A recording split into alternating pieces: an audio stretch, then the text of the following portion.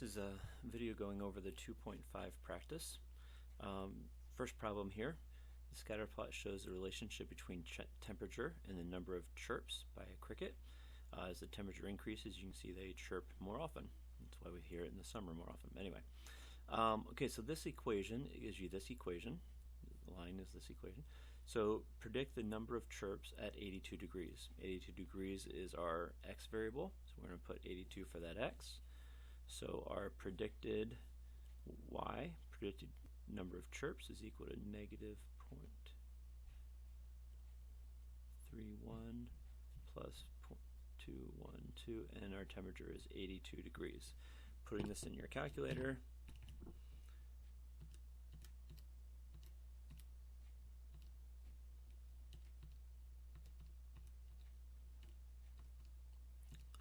I get an answer of 17.074. Okay, so at 80, let's see if that makes sense on our graph here, right? At 82 degrees, we would have a prediction of about 17 there. Okay, second problem uses those same things. Okay, they give us this equation. One observation. Okay, so one observation was at 16.2 chirps, had a temperature of 83.3 minutes. Okay, that's an actual that happened. Okay, so calculate the residual. Okay, residual is equal to our actual minus our predicted. Okay, so our actual was 16.2 chirps, okay, minus our predicted. Okay, so we have to find a predicted for this amount here. So our predicted right here is going to be using the equation above, negative 0.31 plus 0.212, and we got to put in our 83.3 degrees.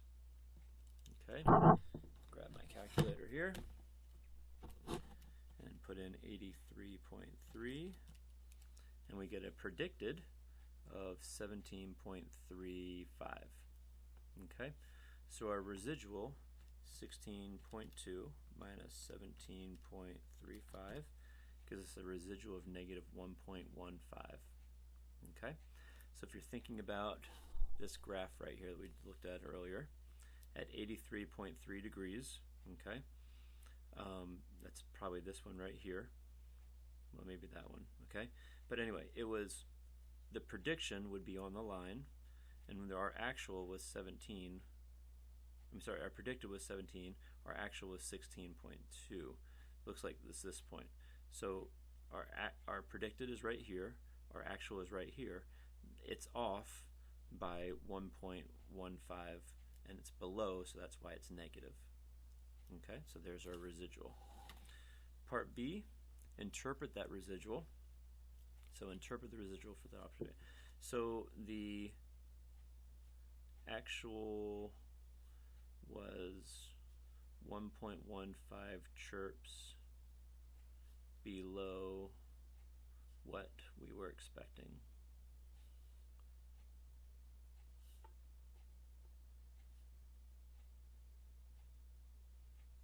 Okay, so that's an interpretation for that. Okay, the next one you guys had,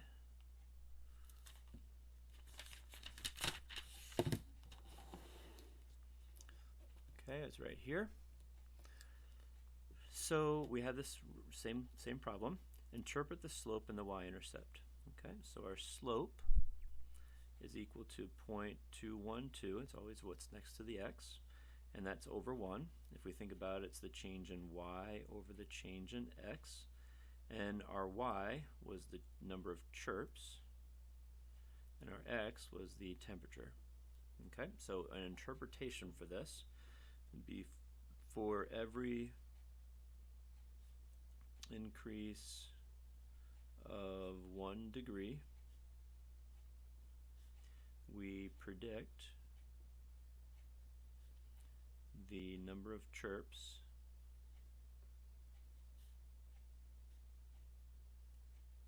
and it's positive, so it's going to be to increase 2, 1, 2 chirps. Okay. Part B, does the value of the y-intercept make any? Okay, the y-intercept in this case is, where's our equation? Negative 0.31. Okay, so if we look back at this graph here, does our y-intercept, okay, so this is 70, it stops at 70 here, but if I would go all the way down to 0, would that make any sense? At temperature 0, how many chirps would you expect? Okay, so it's saying that we would expect a negative amount of chirps. Does that make any sense at 0 degrees, negative amount of chirps? No. The y-intercept makes no sense in this problem.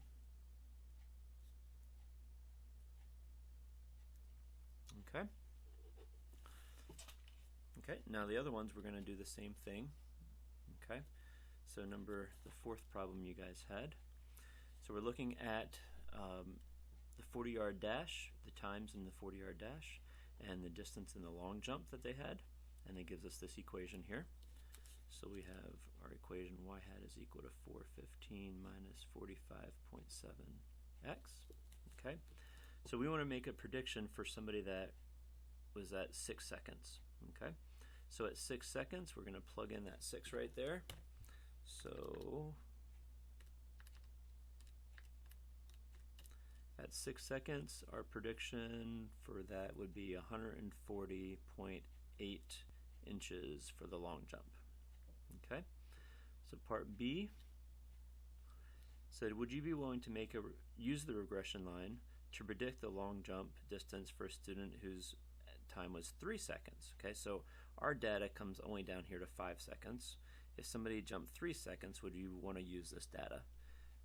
No, you would not. Extrapolation. Okay, 3 is too far outside our data. Not reliable if it's too far outside. Okay, the next problem.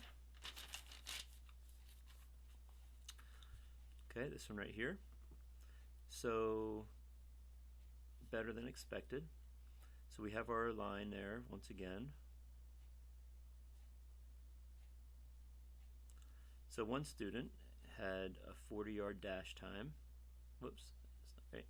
A 40-yard dash time of 7.17 and a distance of 65 inches. Okay, so that's we want to find the residual, which is the actual minus the predicted. Okay, so his actual was 65 inches. Now, if somebody was at 7.17 seconds,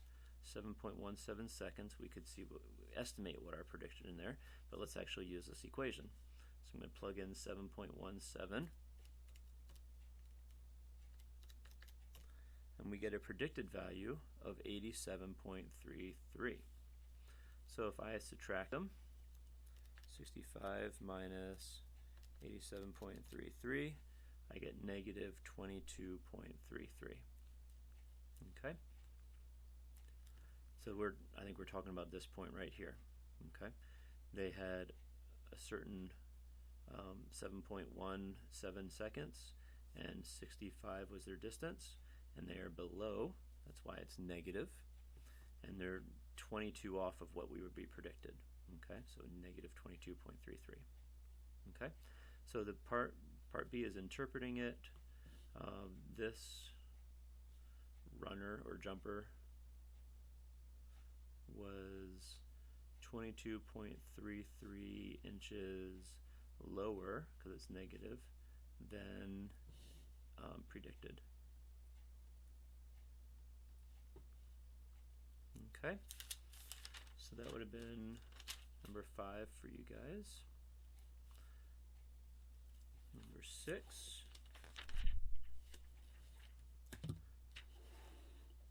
Okay, interpret the slope of the regression. Okay, so our slope was 45.7 over 1. Remember, it's the change in y over the change in x, and y was our distance of the jump, and x was our seconds in time. So interpreting this, for an increase, sorry, this is a negative slope too, negative, of 1 second, we predict the distance they can jump will decrease, because it's negative, by 45.7 inches. Okay. And then part B, does the value of the y-intercept make any different? Anything? Okay, so if we look at this, okay, our y-intercept would be down here where x would be 0. At 0 seconds, can anybody run the 40-yard dash in 0 seconds? No. Running in 0 seconds makes no sense. Therefore, y-intercept makes no sense.